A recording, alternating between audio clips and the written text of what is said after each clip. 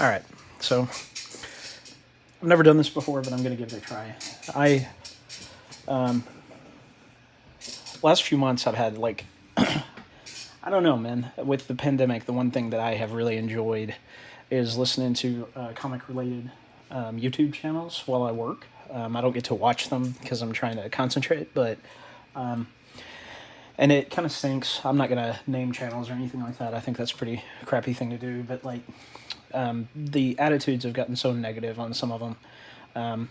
It's just been hard to continue listening, like name calling and just crappy, childish behavior, in my humble opinion. So instead of listening, I figured that I would just draw and talk comics and about what I'm working on and that kind of thing. Just kind of see if there's any sort of interest there. If nothing else, maybe it'll fill the void that I have because may sound silly, man, but like I really love, like, one of my favorite things all week is to listen to some of these YouTubers just talk about comics. You know what I mean? I haven't, my brother and I used to talk comics all the time, and he and I don't hang out at all anymore. We're not really good friends like we used to be. So, and most of my friends, while they enjoy the old fashioned comics, making comics is a little bit different, and I don't know.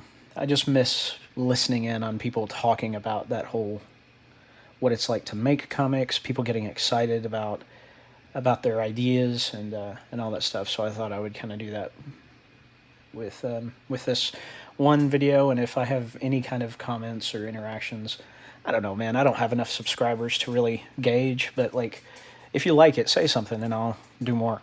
So right now, what I'm doing, this is a property that I've been working on since 2011, called Nex, and I actually published this years ago, but when I published it like landscape, and it was a totally different format, and I was just trying to be creative, and what I was really doing is just trying to reinvent the wheel. So I self-published it. I sold probably 300 copies. Went to Dragon Con in 2011 and sold some. And anyway, it was a great experience, self-publishing. But I quickly realized that marketing is as big a beast as writing and drawing a comic. And then you also have distribution, and if, like me, I did all this on my own because I didn't want to be reliant on someone. And that philosophy, it doesn't make you reliant on anybody, but it is a pretty exhausting one. You know what I mean? It's like you're doing everything because you don't want to have to ask someone else to do something. Anyway, so all that to say, back when I did this, there was a webcomic site that was talking about publishing this on their site, and sheesh, man, I spent probably 3 months getting up at 5 in the morning, going to sleep at about 11, which that's kind of my normal schedule. I mean, I normally get up 6:30 or 7, but all that to say, it wasn't just work, and it wasn't me getting into the day. I was at the drawing board, or I was writing the script, or so it was a tremendous amount of work. I don't know that I would go at it that approach again. So what has changed, and why am I coming back to this idea? So recently I ran into there's a guy over at Alterna Comics who he's actually accepting submissions. I've listened to him. He is one of the YouTube channels I listen to, and I like what he has to say. He is kind, but I feel like he has a good perspective on comics. Their company works. All of their comics are $1.50, $2 as opposed to $3.99. He recognizes a lot of the things in the comic industry that I feel like are wrong with it. Episodic content. That doesn't mean that a story has to be told beginning to end in an issue, but it means that every single issue has to have a gratifying arc, so that when you start it, You know what I mean? There's movement, and there's a feeling of accomplishment from one issue to the next. That is something that has existed in comics, or it did exist in comics for decades, from the 40s all the way through to the 80s, and we've really lost that. So I really like what he has to say about episodic content and some of those things. Also, what I'm doing right now, I'll get back to that, but what I'm doing right now is cleaning this up, because when I created this comic, it was 300 DPI, it was a smaller format, and this one page I accidentally flattened, so I'm having to completely redo it instead of rescan it. So that's why I'm approaching this particular page this way. Anyway, so Alterna, episodic content, lower price points. I actually think, too, one of the other big problems is customer service, not in the sense that, ring somebody up at the register, but comics are a product, and every product has to approach their audience. And comics have to make a decision. They have to decide, are they going to be really, truly inclusive and allow people in that don't agree with the creators, or if they're going to let go of that audience. And if you're going to let go of an audience based on their perspectives, then what's the limit? Like, how much are they allowed to disagree before you lose interest in them? These are all questions that are logical extensions of the philosophies that are happening in comics right now, but no one is asking them. And I feel like Pete is. And actually he's publishing Pete. I think that's his YouTube channel, if you want to check him out. They publish a lot of really creative books. I have actually intended to subscribe to all of them, but I'm forgetful. So anyway, so I'm going to submit next there, because who knows how it'll go. I hope it goes well. I think at least I've put a tremendous amount of effort into this concept. I actually started writing it in 2009. My brother was working with someone who really believed in his writing, and at the time, my brother, and this is part of it, was me being naive and not being able to allow my brother to have an opportunity that was just his. I can't remember exactly how it went down. I don't know if I asked him, hey, can I pitch some ideas to your contact? I think that is what I did, and I should have done that. That was his friend, his opportunity that he built. It was kind of selfish of me to go at it that way, but that's how you are when you're young. I guess I wasn't that young, but regardless, I wouldn't do that again. But the point I'm trying to make is this was written to be a television show, and the target audience was Adult Swim. So the idea, in summary, it's called Nex. Originally it was called Redneck Superheroes. I'm leaning more into Southern superheroes just because redneck is such a pejorative. And these characters are not redneck in the way that 2020 views them. They are Southern, very Southern. So anyway, they're a Southern superhero team, and the concept is, I actually put together a trailer, and the tagline was superheroes for the rest of us, meaning every major city has superheroes standing to protect it. That's what I've been working on. So this is Brittany. But the major cities, if they have Superman and Batman, Spider-Man, and all those very prestigious heroes, what about the small towns? What about small town America? So next, they're intended to be small town heroes. And so they are four lifelong best friends, five, depending on how you look at it. And one night they're abducted by aliens, because that's a very southern thing that, especially in the 80s and 90s, was kind of a running joke about trailer parks and all that. But it turns out aliens are real, and they're abducted by them and inadvertently injected with the wrong serum. The aliens that abduct them they're entrepreneurs. They run a franchise. I can actually, here, I'll show you one of the pages. So the aliens that abduct them, they fly around in these spaceships. It's Adoyan abductions. And these are the Bronze Arches. And they make a living out of abducting aliens and experimenting on them and sending data back to their contractors. And anyway, so these rednecks are abducted. Sorry, Southerners. I grew up in Crossville, so you know what I mean. I am Southern pretty thoroughly. Most Northerners will hear it in my voice. But they're abducted by these aliens. They're the Adoyans. And because the Adoyans do work with all sorts of aliens, there's a clerical error, and a group of Martian militants are inadvertently injected with memory wipe that's supposed to go to the necks, and the necks are injected with Martian combat enhancers, turning them into superheroes. So that's the concept. This first issue, they're abducted, they fight their way off the spaceship, and they come back home. It was a 60-page graphic novel. I did it, like I said. I might run and get the original printed copy just to show you. But yeah, so I'm working on cleaning it up. I'm really excited about it because in order to pitch it as a show, or to get ready to pitch it as a show, I had to write a series Bible.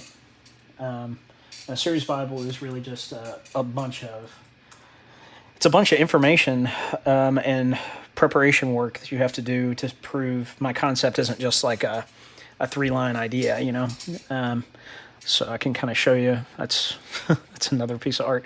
Hopefully, I don't have any proprietary information in this chat.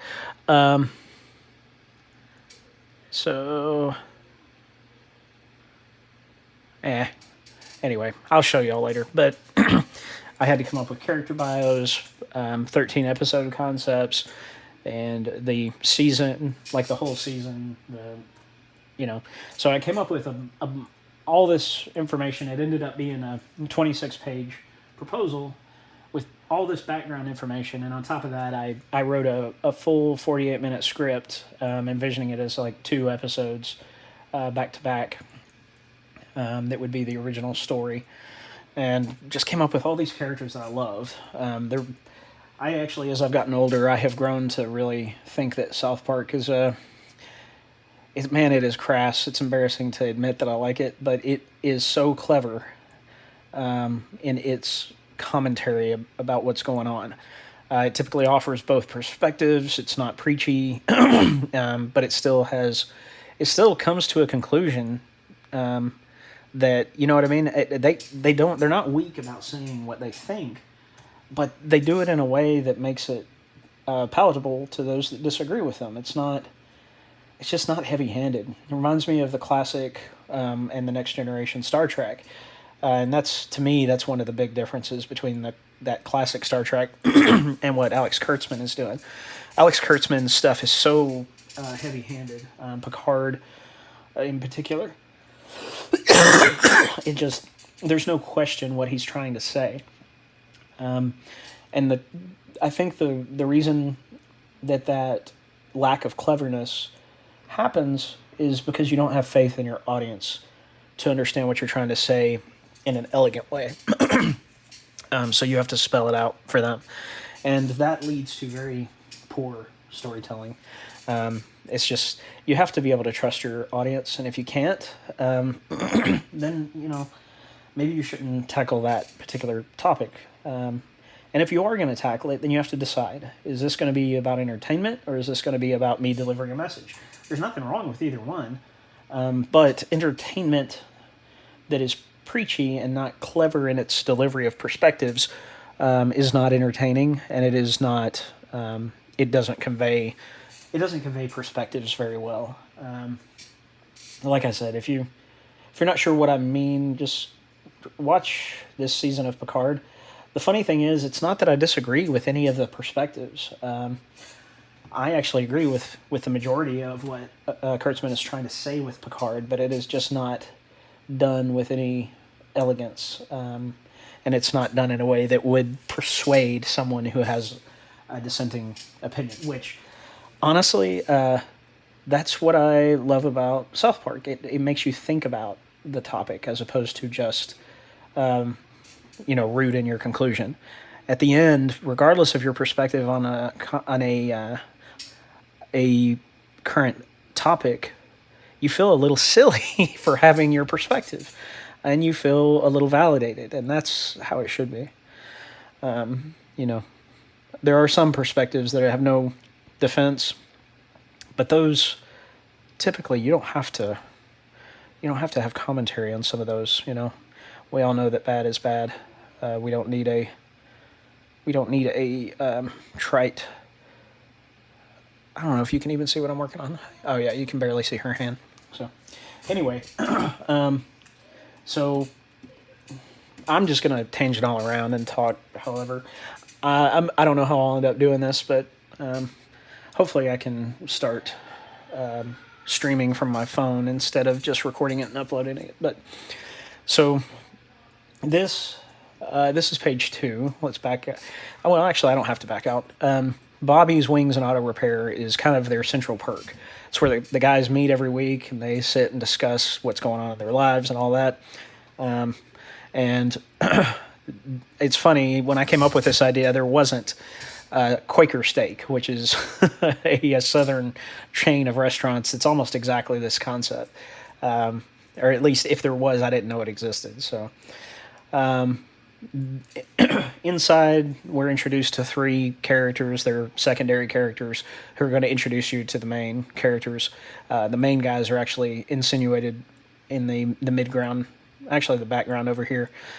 We have Virgil, who's the line cook at Bobby's, and this is Brittany. She is Mac's wife / ex-wife. They've been married and divorced a few times. And this is Desiree. She's inspired by Cartman, but she's just pure hateful. And when we get down here, I'm still working on this panel, but you can see this is kind of a spoiler, but I figure if you're watching this video, the 3 of you, oh gosh, I would actually be excited if 3 people watch this. Anyway, whoever ends up watching this, if you end up watching this and reading next, this will be a spoiler, but Desiree is super hateful, and she has decided to augment herself, but she can't afford them both at the same time, so she does one at a time. That's why she's uneven here. It's kind of crass commentary, but living in the South my whole life, I've known some Desirees. Anyway, so yeah, so that's the page I'm working on right now. But yeah, funny thing is, when it comes to comics right now, I didn't realize how much I missed just being able to talk about them.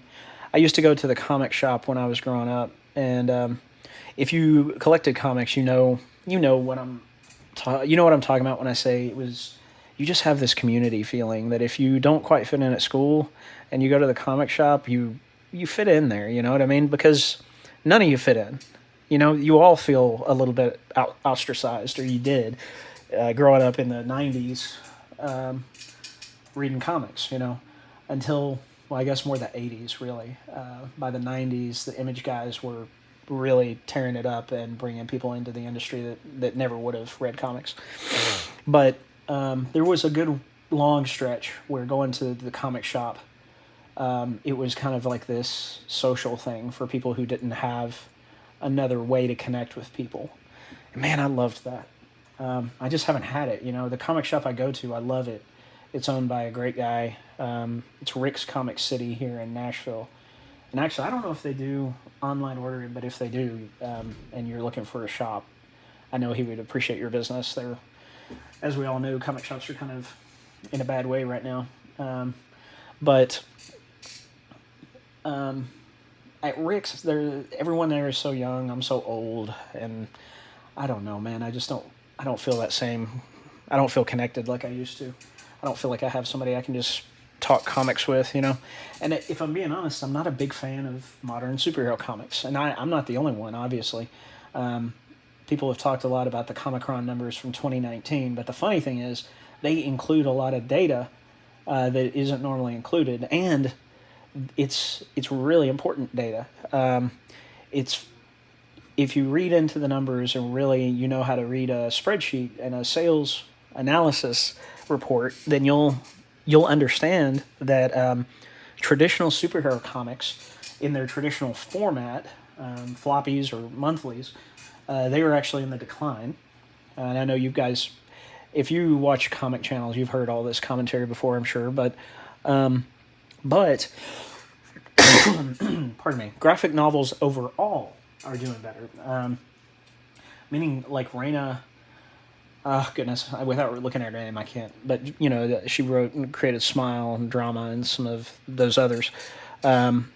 Those are doing exceptionally well. Even Dogman is included in some of that, and that's not, to me, that's more of a chapter book. That's not, I don't consider that a graphic novel. But what's funny is it's very telling. Manga, My Hero Academia, One Punch, or not One Punch, is it? No, One Piece. There you go. Sorry, did I say I was old? I'm 43. Anyway, One Piece, Shonen Jump, some of those. I don't know specifically Shonen Jump is doing well, but they're doing much better than American comics, and the reason for that is they don't take themselves so seriously. They're much more fun. They have a lot of incredible aspects to them that traditional American comics used to really embrace, and that I miss that. You just didn't have to be so serious, and that kind of leads into something else I think is a big problem in the industry. I think that writers and artists from my generation, from Generation X, I feel like they are almost ashamed of the writing that inspired them to get into the craft. Like it wasn't very good, I think they got into the industry, I don't know, kind of the same reason, and really good thoughts, thinking that they could improve it. And that's awesome. You know what I mean? That's how industry should work. But in the process, they missed some of the elegance that made comics what they were. Like, it's you're missing something if you look at the simplicity of traditional comic book storytelling. We're missing the thought bubbles because it's an inelegant way to communicate information. But one of the concerns of traditional comics was efficiency, getting to the point, telling the story expediently so that you could have a full story in a single issue. And that goes back to the collectability. So if kids are collecting these books and a kid's schedule is not their own, they don't have the ability to go to a comic shop on a whim, they have to convince somebody to take them, then it really serves you well to make each issue have its own value, meaning that they don't have to be in sequential order to be appreciated. And that's just a big problem right now. You have to have the issue before and after to really know what is going on with most books these days. And that writing for the trade, that's a big cliche right now, but it's true. Most mainline superhero stories. And what I'm doing right now, I don't know if this is necessary or not. I'm kind of on my way to letting this go, but I'm getting rid of some of these tangents, these false connections. A lot of times if you have something that's an object in front of another object, you want to prevent those tangents from connecting in a way, pardon me, that makes them feel like they're touching, because this tray of beers is not touching Virgil. But it looks like it kind of communicates that they are when the lines intersect that way. It's funny. You should, if you have interest in that, John Byrne and Eric Larson got in a big discussion about it. They're both kind of egomaniacs, if you ask me. But yeah, it's just interesting. I don't know. I think it helps the separation. Yeah, that looks good. I was trying to figure out if it was necessary there. I did it up here as well. Anyway, but I didn't do it on this jug, but because there's a lot of contrast in the color. I don't know. Maybe I'm inconsistent. So all that to say, though, I just miss the simplicity of old comics. And one of the other things that I don't know, comic art used to be, if you've ever read Understanding Comics, you know that Scott McCloud talks about simple designs make it easier for the reader to identify as that character. So if you look at, that's why signs, you don't want a very specific looking person. You want an icon. And that's why cartoons, the features are very simple. In addition to the functional aspect where you want them to be easy enough to animate, But then you get into comics, and comics... Oh, I'm going to move this forward a little bit so I can plug in my phone. Got my 20% warning. Sorry if anybody has motion sickness. Anyway, but modern comics, the art has just really become phenomenal. The downside to that is in my opinion, it feels like the barrier to entry is immense. What I loved about comics and what got me drawing them when I was a kid was how approachable they were. Modern comics, writing and drawing, they're not approachable, in my humble opinion. They're intimidating, very intimidating. When I look at Dave Finch and Jim Lee and some of those artists, their line work is so intricate, their composition and forms are so amazing. I really struggle to see how a kid can look at that and feel like that's something that they could emulate on any level, And maybe I'm way out of line because it seems like maybe that's just me, but I think that there is a benefit. You'll never convince me that John Romita, the senior, you'll never convince me that he wasn't just as skilled as these artists from the 90s and today. But he kept it simple, and I think that had to do with the iconography, also the speed. He had to, turn them out very quickly. But I don't know. I think we've lost something in the approachability of comics. It's very difficult in a single panel to see the focal point right away sometimes, and sometimes the artwork is more interested in being impressive than it is in being fun, and I think that's an error. You know what I mean? Working on layers. Sheesh. All right, let's get these down here. I'll just merge all these so I can make sure I'm not. Okay. There we are. Okay. But there's something to be said for Ditka and Kirby. Kirby's line work, it wasn't so detailed that it was like overwhelming. It was dynamic. The strength of the art was in the composition and the design of the page. It wasn't so focused on these other things, So, I don't know. These are all my theories, things that I hope to bring into some of the stories I want to tell. If you've watched any of my other videos, you know that Nex is not my primary project right now. It is. I'm cleaning it up because I love it. I've done a ton of work on it, and if someone had interest in publishing it, I could pick it up and get going with it very quickly without it derailing me from the main project I'm working on right now, which is Excel. I think I could clean up probably. Takes me about an hour and a half, 2 hours to clean up a page of Nex, reformat it for the proper comic book page size. I've already got 60 pages in the can. Actually, I've got 85, so I've got about 4 issues. I need to ensure that the breakpoints are logical and that it, you know what I mean, there's a good flow issue to issue and those types of things. But overall, I think I'm in a pretty good spot with it.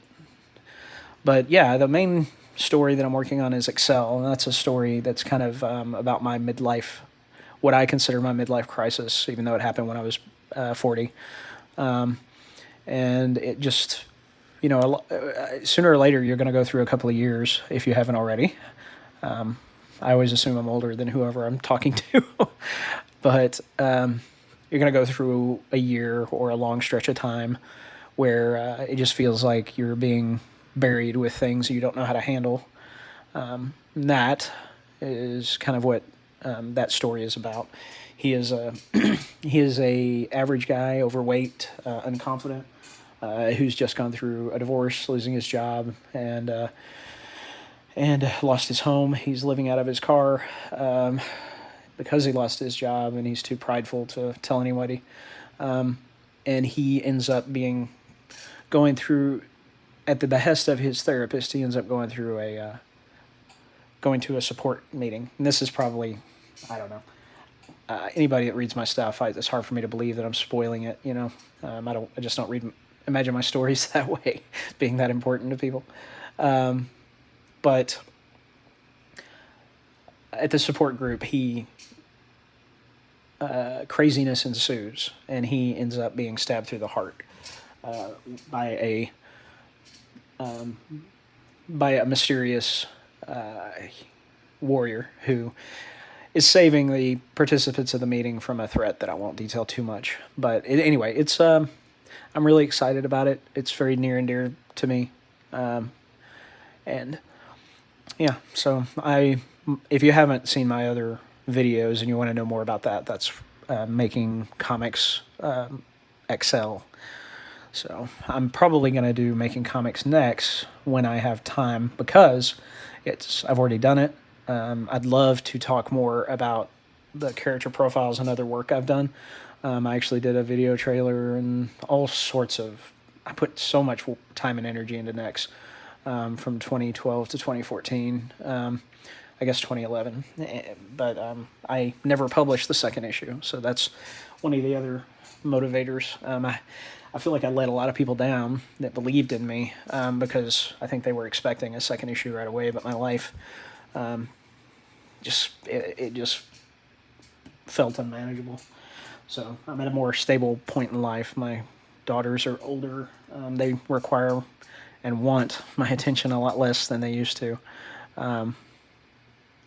There, that's Desiree's knobby knee. I think that is outside the safe area, so it probably won't even show up. But anyway, but yeah, so I always do a terrible job of encouraging people, to participate conversationally. But man, when I started making videos, I always hoped that people would engage, talk about the stories they're working on, ask questions if there's any way I can be helpful. I'm far from an expert, but I love comics, and I've been making them since I was a kid. But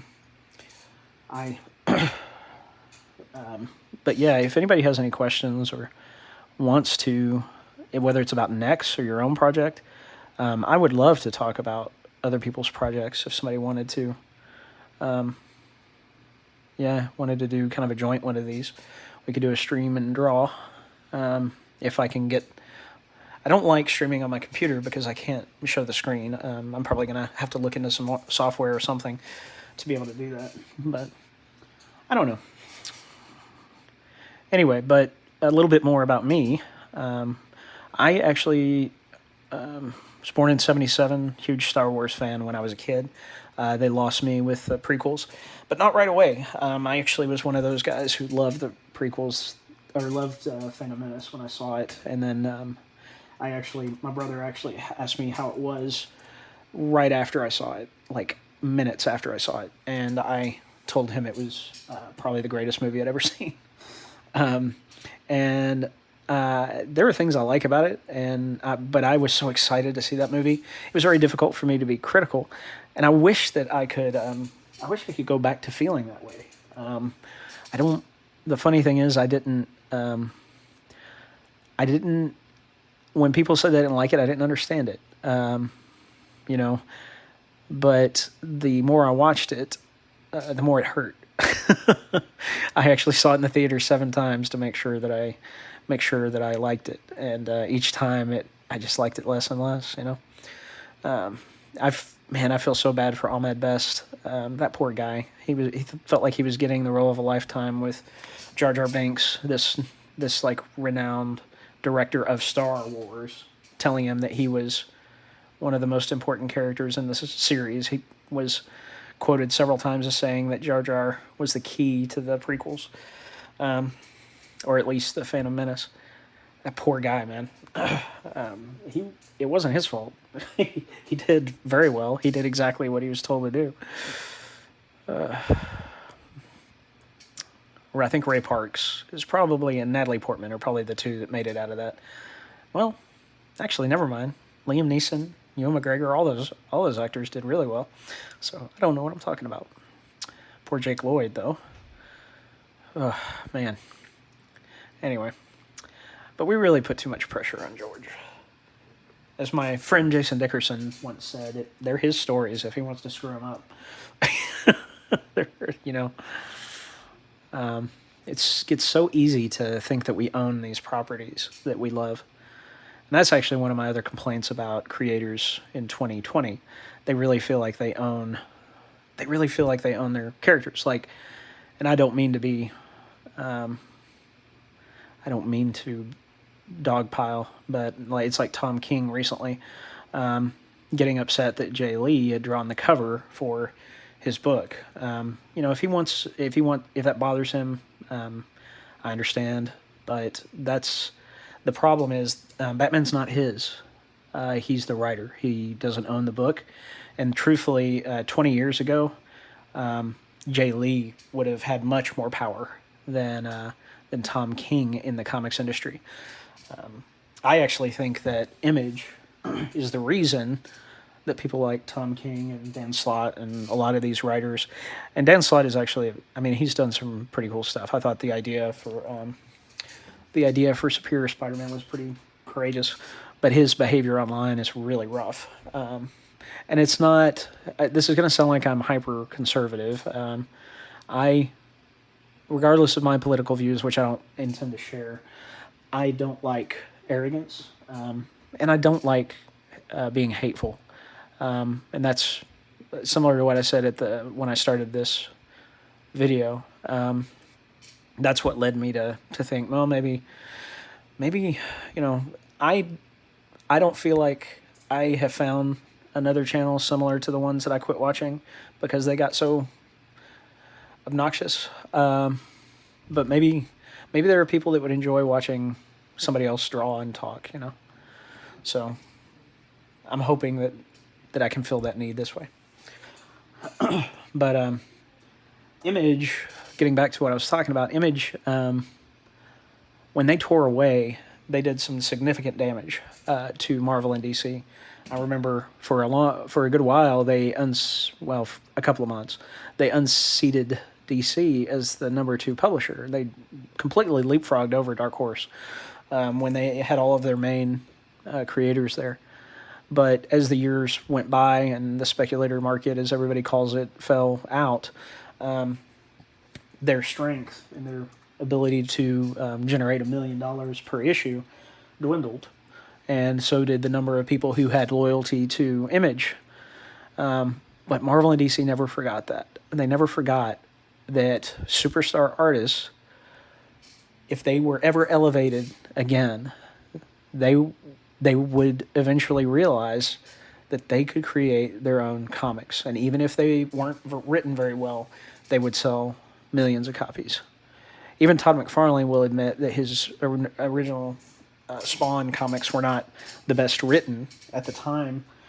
He was shocked that Marvel let him write Spider-Man, but he still went on his own, and that proved that the market at large would follow artists if they were elevated to that level, given that amount of exposure. And I believe that Marvel and DC to this day they go great lengths to prevent artists from ever becoming superstars again. You combine that with the fact that there's no Wizard magazine to make them really look like stars, and it's easy to see how writers became the defining talent in the comic book industry. But if you look at other countries, that's not the case. Frequently, comic books are written by the artists. It's, you know what I mean, that for years and years was, you know, it wasn't the case that the artist did the writing. That's more in other cultures. But in the 70s and 80s, I remember that a title would ebb and flow in sales because of the artist, and that a writer, it just didn't have the same impact. And that really maintained I will say Frank Miller, Alan Moore, really they impacted that too, but and others, but artists had the leverage by and large, and if you could become a superstar artist, then your career was made. You could do whatever you wanted, comic book wise, as long as it wasn't ridiculous. But anyway, so I'm trying to decide at this point. I kind of like this simple layout with no background. We've established the inside of Bobby's here. I don't think it's necessary to do the background, but I feel like I'm being lazy. Yeah. Give me 1 sec. I'm going to go get the original copy. So first of all, I can show you. And secondly, so I can reference what I did originally.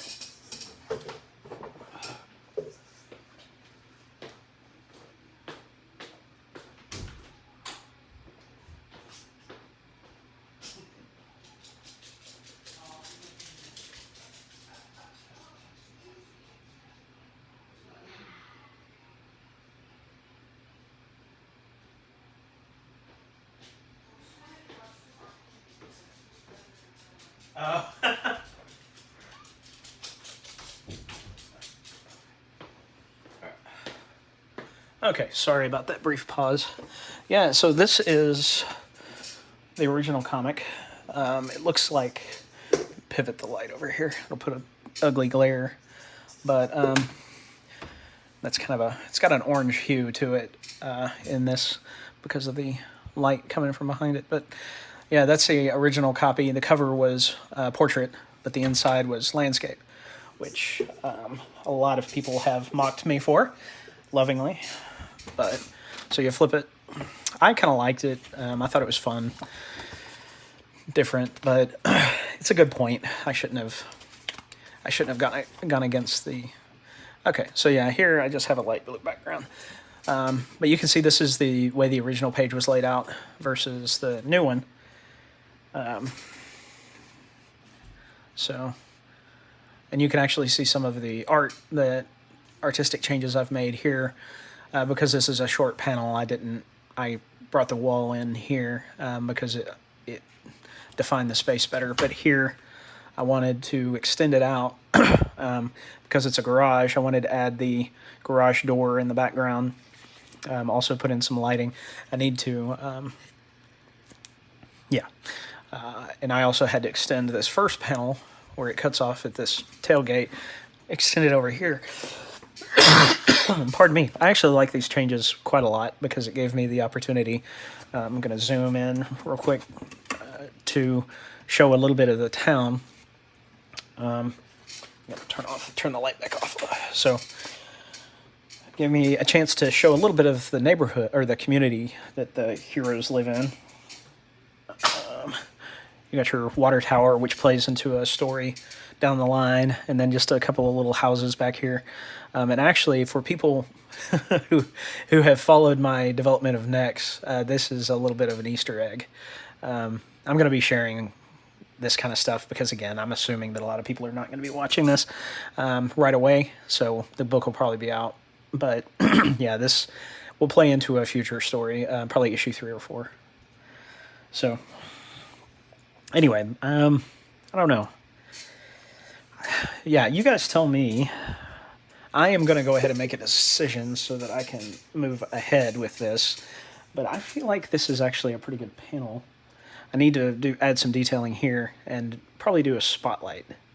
Yeah, that's what I'm going to do. I'm going to do a kind of a visual spotlight to set this off. All right, so I'll start by defining the panel. And I don't do this a lot, but I kind of like overlapping panels a little bit. So what I'm going to do is bring the panel up to here, and then I'm going to create a new layer. Select everything all the way down to the bottom. Then I'm going to go to the... Actually, you know what? I'm going to go into Illustrator.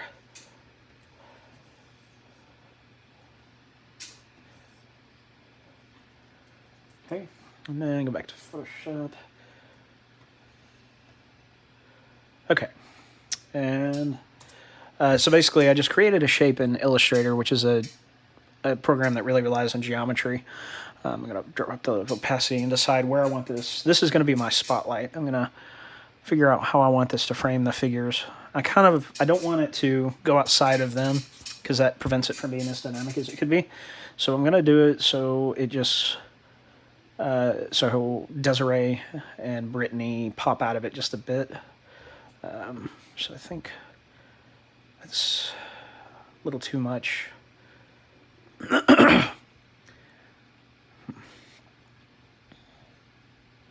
Okay, I think I'm going to go with this. All right, so I'm going to make that selection again because I just undid it. Okay, I'm going to go back to this. And I don't know, it depends on how well you know Photoshop. But so on these layers, you've got the main art layer that I have the selection on. And then I've got my geometry, this spotlight here. You can go up and hit Command or Control if you're on a PC, Option, and that will, when you hover over the layer, it'll make a little minus. So what that'll do is that'll subtract that geometry from what you've done. So what I'm going to do now is create a new layer and make that the spotlight. I do not name my layers, but you should. All right, so choose a cool spotlighting color. Actually, I'm going to pick it from the existing canvas. And the reason I'm doing that is because I want to choose a color that is established in the shot, so I don't create a clash or just a new unnecessary color. Gotta fill it, foreground color. Okay, so now I've got this spotlight. I'm gonna take this to the top, and all right.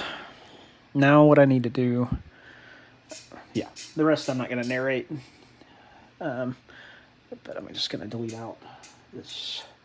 Okay. And then here, let's see, do a little multiply. And then I'm going to just mess with this a little bit. I don't know, that color, given the fact that it's up here, I actually kind of like it. So one of the things about this spotlight is that you can see immediately how it creates a cool kind of benefit to the page. But the way it's overlapping, it makes this panel look extraordinarily flat. So what I'm going to do is, you could do this a couple of different ways, but I'm going to make a selection on this. First, I'm going to delete my geometry layer because I don't need it, and go back to the spotlight layer. I'm going to make some selections and then just transform these so that the spotlight has some perspective to it, like the background.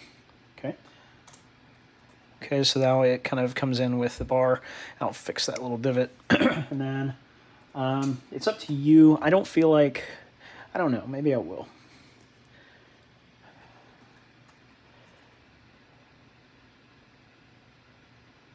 I'm going to bring it back in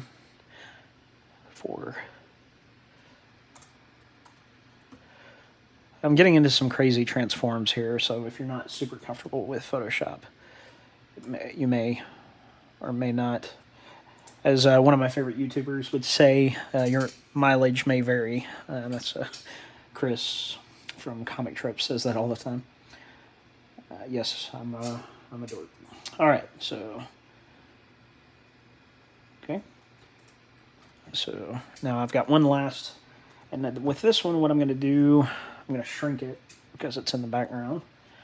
But here, so what we've done is we've made the spotlight. It still effectively frames the characters, but now it's a more organic part of the scene. It doesn't feel like a gimmick.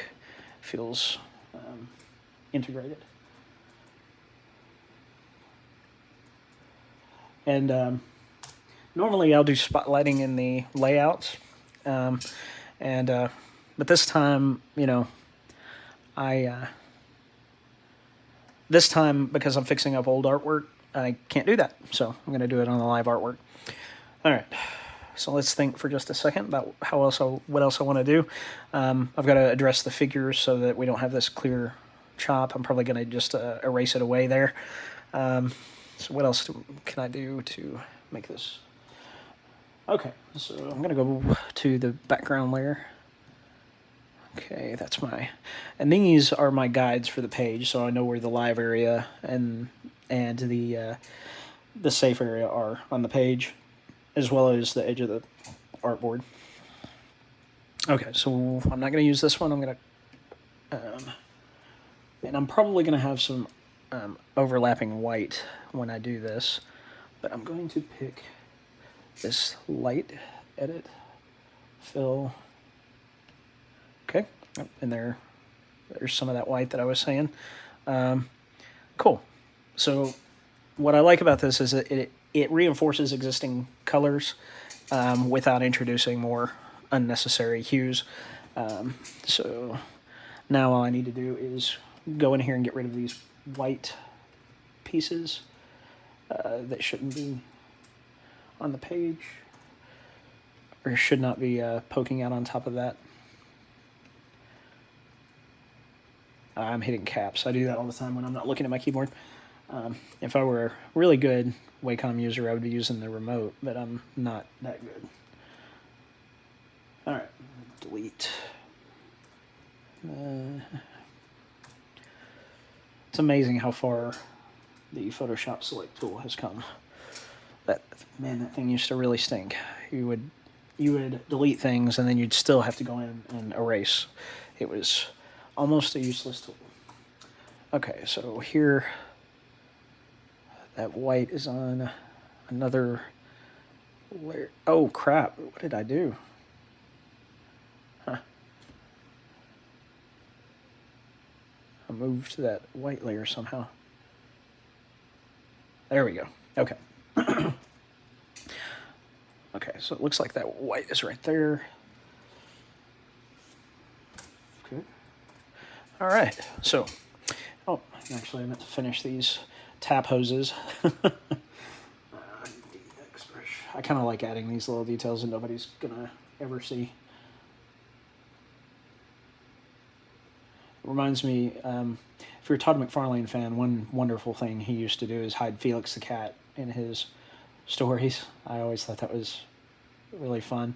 Made me wonder why he did that. I think he just liked the design of Felix the cat. I could be wrong. He's too young to have really grown up with Felix the cat, I think. But I always appreciated it. And that was one of the... He always went the extra mile.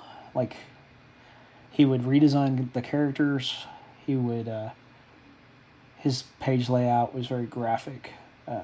You know what I mean? People who don't love Todd McFarlane, they cite his anatomy and just the fly by the seat of the pants kind of attributes of some of the stuff he did. But it's comics, you know. People excuse Jack Kirby for a lot because he was fun and dynamic. But his anatomy, I don't know what his focused fine art skills were really. I've never seen, you know, but his anatomy in comics was really inaccurate. But he was much more interested in delivering. That's off perspective. Anyway, just trying to fill that space a little bit. But yeah, people weren't after a Jack Kirby piece for accuracy. They were wanted to be impressed, like amazed at his. Man, he used scale to such great effect for a two-dimensional art form. Oddly enough, I've never really loved Kirby. I get a lot of crap for that from artists that I talk to, but you know, I grew up in the John Byrne era where rendering was really important and accurate and anatomy and all that stuff. I don't personally have amazing anatomy or anything, but you know, when you grow up hearing that all the time, you know, it gets stuck in your brain and affects your preferences. Okay. All right. So I'm gonna spend just half a second more on this trash can. Oh, forgot to sample the new color. Anyway, but I don't know. Speaking of, if you're curious, John Byrne is... I have two favorite artists, probably. I don't know. That's not true. I have so many. I love... you heard that Todd McFarlane was a huge influence. I as I get older, it's harder and harder to overlook some of the shortcuts he takes. But I still really respect him. I think he his confidence and just courage had a lot to do with the creator rights in the modern world. It's unfortunate. I think that so many of the image founders, and I understand why, kind of left or were kicked out. I think if they had stuck with it and really addressed the writing, I think they would have some longevity. I think they would have been a force to reckon with. But I think, yeah. I think Jim Lee selling to DC was, I don't know, that's so sad to me. I wish Wildstorm were still its own thing. But then again, I actually wish that that public domain still took effect after 70 or 80 years, so that I wish Superman were public domain. I think that DC, I think fictional characters who are under corporate interest that long, they become sterile. They're not interesting. The ability for someone to create a truly compelling, fresh, modernized approach is greatly diminished by a corporate entity, and now the biggest corporate entities are a part of these things. It's even less likely.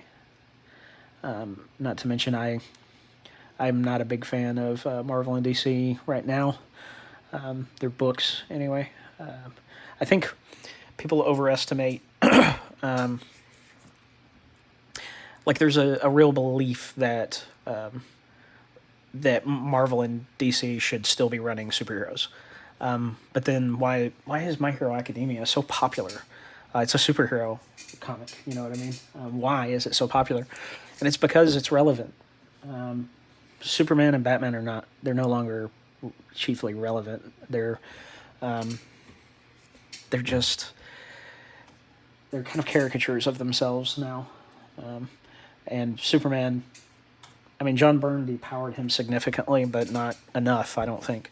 All of these crossovers and constant interaction with other characters, it diminishes the specialness of superheroes when the only people they ever interact with are other superheroes. It's, that's what Lois Lane and those characters were created for. But now, and that's why there was a secret identity, to make that superheroic persona special. But I think there's a lack of understanding as to the function of those things. I think it goes back to a lack of respect of the old creators. They think that they wrote in simple language with thought bubbles because they were not sophisticated, but they did it because they were establishing certain very important tropes of the superhero genre that have been abandoned in favor of quote unquote better writing. Pardon me. Similar to the better art of the, I mean, really. I feel like, again, after the Image kind of implosion and all of the founders, all their books quit being so, there wasn't such a focus on those characters anymore. I feel like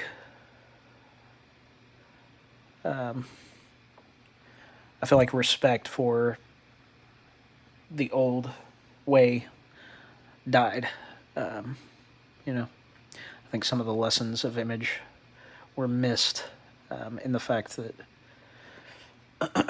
I don't know. Then again, maybe I'm crazy because Image, a lot of their problems came back due to a lack of respect for the writing. So who knows? Maybe I'm undervaluing that aspect of it.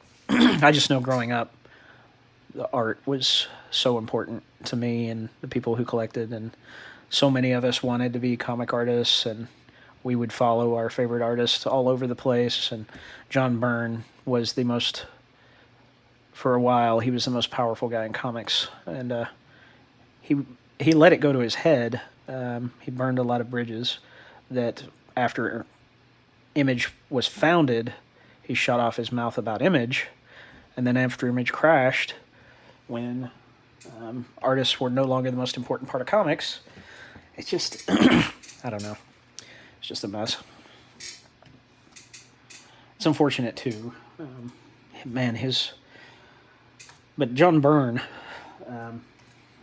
what's so unfortunate about John Byrne, his art was just amazing until he started doing everything.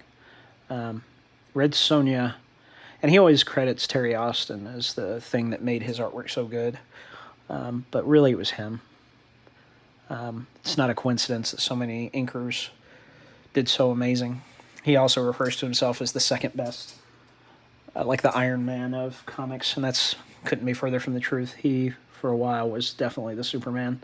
He was the top talent, and for my money, he's still, when he's focused, and when he really cares, and if I'm being honest, I think he's happy with his legacy.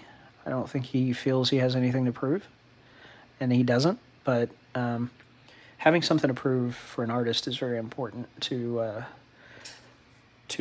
excellence. If you don't feel you have something to prove, you don't push yourself. You just, and that's fine.